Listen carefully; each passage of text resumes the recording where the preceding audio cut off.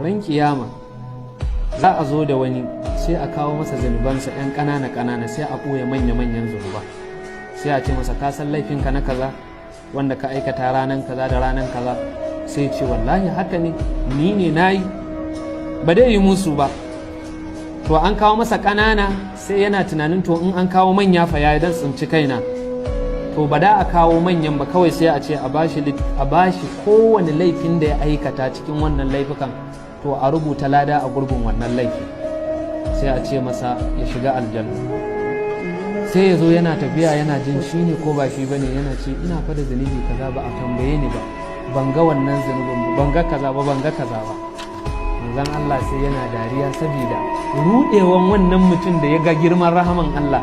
Abu Zar sai ya ce fala qad ra'aytu rasulullah, na ga manzon Allah, bahika yayi dariya hatta badat nawajizuhu, har sai da nawajizuhu turaman haƙorinsa suka bayyana, nawajizuhu fiƙoƙinsa sai da suka bayyana saboda girman rahaman Allah.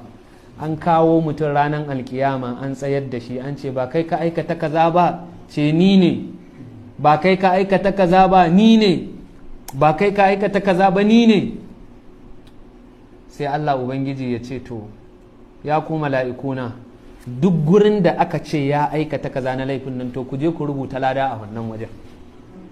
A'a, sai yana tunanin to ai ba a ambaci irin manya-manyan laifuffukan da ya yi wanda ma ba a sani din nan ba, sai kawai a ce ai shi kenan ya je aljanna.